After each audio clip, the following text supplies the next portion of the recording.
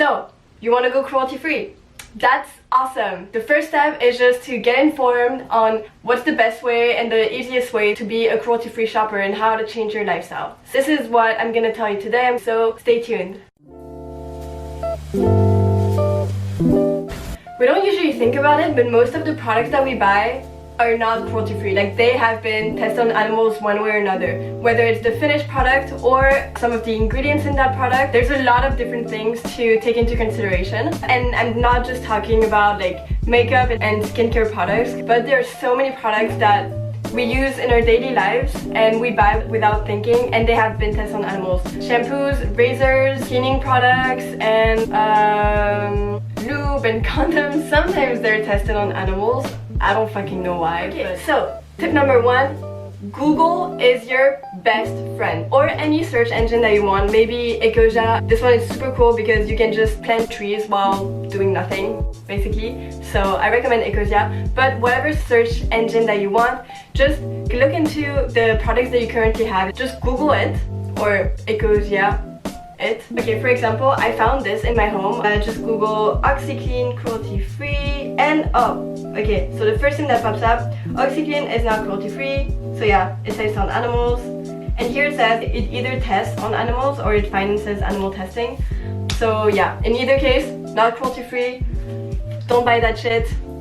If you're out shopping and you have data on your phone, just pick a product that you're interested in and just Google it. Like, it also takes 2 seconds and then you know if you want to buy it or not. If you don't have any data, usually when I don't have any data or I don't have my phone, I just ask a random salesperson to like help me and like research the company, or maybe they know about it. Otherwise, I just go home and look it up myself.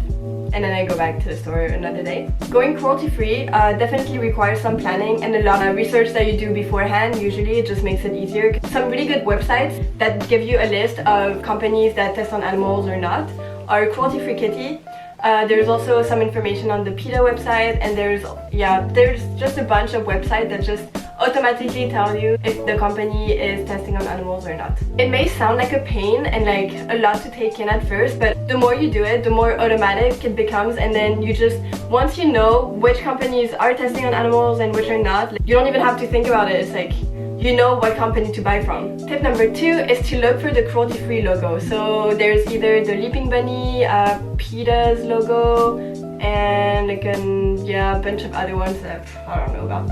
Also, I forgot to mention that not all cruelty-free logos have the same standards. For example, according to this chart, only the 3rd logo looks at the parent company.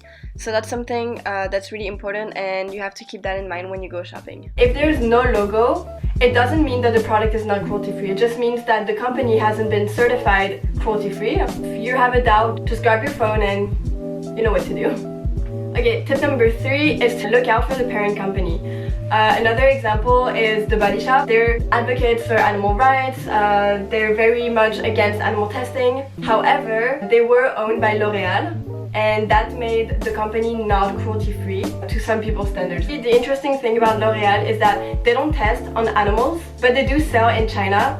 And China, by law, like, there's regulation that says that they have to test every product on animals. So by selling in China, L'Oreal is like paying the Chinese government to do animal testing.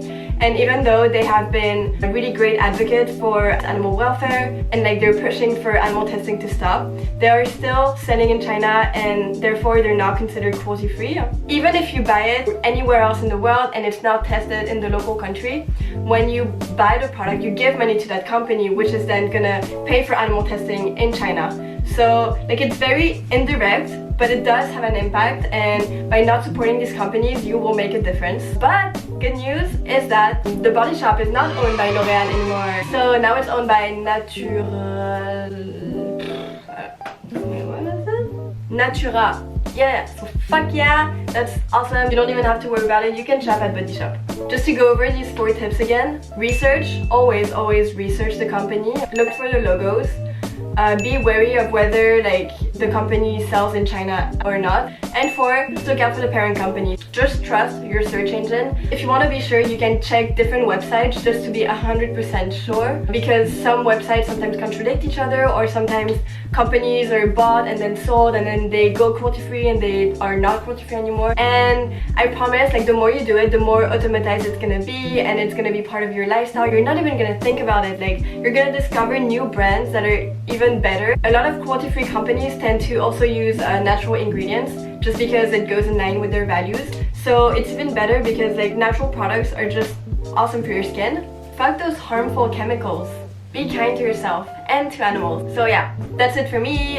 Thank you guys so much for watching. I hope you guys learned something. If you want to see more of me, you can hit the subscribe button, click on the bell, press a like, and leave a comment if you want. Anyways, thank you guys so much, and I'll see you guys in my next video. Bye!